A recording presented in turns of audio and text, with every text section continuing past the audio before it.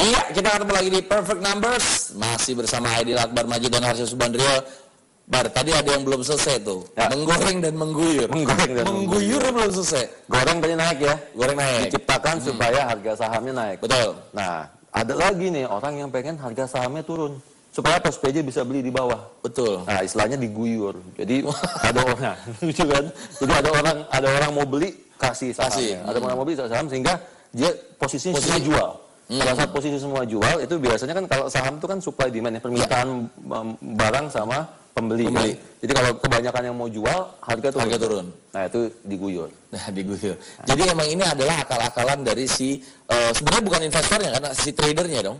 Tergantung. Kita nggak tahu. Ada orang investor, ada orang trader. Jadi semuanya bisa ikut bermain. Nah, ini ada hubungannya dengan investor dan trader juga. Ya. Mungkin tadi teman Jakarta moga-moga udah bisa terpenuhi bagaimana menggoreng dan mengguyur. Nah, ini sekarang gini, di koran-koran, di media-media kan ada tuh neraca keuangan perusahaan yang selalu ditampilin karena memang si perusahaan itu wajib sepertinya kayak gitu. Nah, untuk itu selain memantau dari bursa, apakah si neraca keuangan perusahaan ini bisa dijadiin bahan analisis sendiri untuk kita, si investor? Ya, itu bisa. Ya pasti. Justru itu kan pada saat kita bermain saham itu ada dua teknik namanya, fundamental sama teknikal. Ya. Nah, fundamental itu adalah mempelajari si perusahaan tadi melalui laporan keuangan dia. Ya. Jadi kita lihat nih rasionya. Tadi kita udah ngomong kan book value itu rasio. Kita mesti lihat lagi istilahnya debt to equity. Apa sih? Kita bisa lihat misalnya nih perusahaan utangnya banyak nggak sih berbanding sama modal di setornya dia. Karena kita juga nggak boleh percaya gitu aja sama broker kan. Jadi kita harus tahu sendiri. Harus tahu, kita hitung ya. Nah, biasanya itu research itu available. Kita bisa minta sama broker, tolong dong diprintin researchnya. Mereka akan hitungin rasio-rasionya. Kita cari yang rasio-rasio keuangannya sehat. Ada namanya price earning ratio ya. Dividend payout price earning ratio itu apa? Artinya kalau gue bayar harga saham sekian, berapa sih gue bisa dapat nanti, gitu kan? Kemudian dividennya nanti berapa? Kalau dengan harga 1.000, gue dapat dividen berapa? Kita bisa hitung kan? Kita beli 1.000, dapat dividen 100 perak, berarti 10 kali bayar dividen udah balik modal. Nah, gitu. Hati-hati kan? Tuh, zaman dulu dividen juga udah pakai tuh. Dividen at perak. Udah capek. Enggak tuh ya? Bukan itu ya?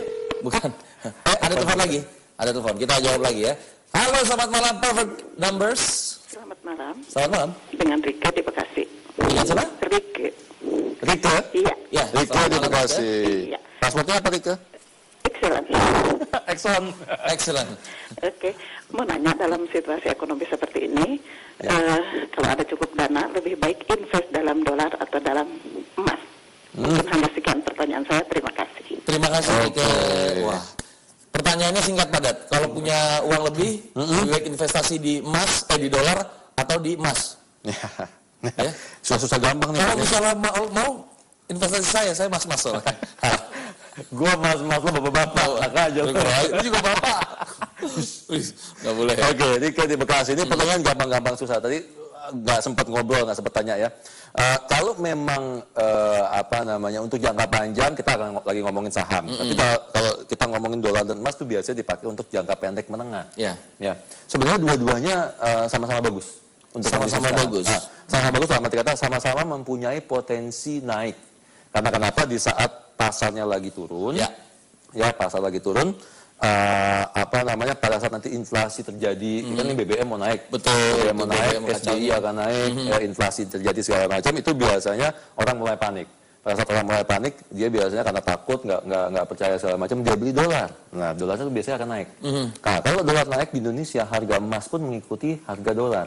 Dolar naik, emas naik. Emas naik, betul. Jadi kalau mau ditanya pilih mana, kalau saya bilang dua-duanya bagus, dua-duanya bisa dipilih. Kalau mau diversifikasi bisa 50-50 atau 60% di emas, 40% di dolar, boleh gitu. Tapi sebaiknya kalau misalnya kayak kasus Rika ini, kalau saran dari lo, lebih baik si dolar dulu atau emas dulu? Kalau dalam kondisi sekarang sebenarnya dua-duanya, emas agak tinggi harganya sebenarnya, karena sempat naik terus turun lagi. Dolarnya masih agak stabil, belum terlalu bergerak. Dolar dulu bisa, habis itu tapi sebagian emas bisa 60-40 makanya. Nah, itu dia. Rika, keputusannya dari Rika, silakan mau pilih dolar atau emas ya. Kalau misalnya dolar naik ya, mas juga akan mengikuti. Emasnya juga. Oh, ini ada telepon lagi. Ya, halo, selamat malam Perfect Numbers. Halo, Perfect Numbers. Halo, selamat malam. Malam. Ya, Nisa dari Bogor. Nisa, apa kabar Nisa? Ya, Pertanyaan. baik. Passwordnya apa Nisa? Passwordnya apa ya? Ngarang dong. Ngarang aja, kita terima kalau yang ngarang-ngarang. Amazing aja ya. Hah? Apa? Amazing. Amazing. Amazing. Kalau di film-film kartun, Amazing Spider-Man. Incredible Hulk. Oh gitu ya. Amazing gue ya. Ya. Nah, oke Nisa, gimana? Oke, gini, saya baru ikut saham ya, investasi saham, baru bulan Maret sih, di 2 tempat. Yang 25% saya tempatkan di investasi di tempat A ya, yang 75%-nya tempat B. Ya. Oke. Nah, saya lihat tiap hari, saya main di unit link ya, tiap hari kan saya suka lihat gitu, yang di perusahaan A ini yang 25% unit saya, itu kok kayak pergerakannya cepat. Terus yang di tempat B agak lama ya. Saya sih berpikir gitu, sebaiknya apa saya ambil, saya pindahin ke tempat yang A itu, atau saya biarin aja gitu Mas. Kondisinya lagi turun dong sekarang. Kondisi sih yang di tempat A naik, saya lihat ya dari harga yang saya beli, naiknya udah tinggi. Yang di B-nya yang bermasalah ya. Yang di B-nya ini kok pergerakannya lambat ya, paling cuma naiknya 10 poin atau berapa gitu. Oke. Apakah yang tempat B saya tarik, saya pindahin ke tempat A, atau biarin aja gitu. Oke, dua-duanya sama-sama naik tapi ya posisi ya. Posisi kalau yang tempat B turun dari harga saya beli, dari harga belinya turun. Oke, itu aja Mas. Oke. Iya, Terima kasih. Terima kasih. Selamat malam. Nah, ini gila lagi nih. Di tempat A 25% ditaruh, angkanya bagus, naik. ya. Yang di B 75% malah uangnya di situ ditaruh, malah turun ya. Pergerakannya lambat, cenderung turun. Nah, gini Nisa, ini agak unik ya kalau dia dibilang saham, saya rasa yang 25% mungkin coba dikaji lagi, mungkin isinya nggak 100% saham. Ya, 100% saham. Iya, karena kenapa? Karena secara teori, bukan secara teori, secara market pun ya, indeks itu kan lagi turun. Iya. Turun dalam arti kata, apalagi dia investnya sebulan 2 bulan yang lalu kan. So, kita lihat indeks itu dalam waktu setahun ini ya, dari mulai Januari itu turun dari 2.700 ke sekarang di rata-rata 2.200, 2.300, paling tinggi 2.400. So, jadi kondisinya ini agak sedikit anomali. Nah, kalau misalnya mau ditarik, lihat dulu apakah ada biaya yang B tadi. Ya. Biasanya kalau misalnya ada biaya, setelah kita hitung dengan kenaikannya ke di A, mendingan jangan ditarik. Jangan ditarik karena dia juga nanti nggak akan dapat balik 75% full kan. Betul. Atau kalau nggak kedua, biasanya kalau unit link itu menawarkan feature yang disebut dengan top up. Nah, top up itu nambah uang, nambah premi, istilahnya ya kan, nambah investasi. Top up aja, top upnya ke yang A, sehingga komposisinya akan beda nanti, akan naik yang di A.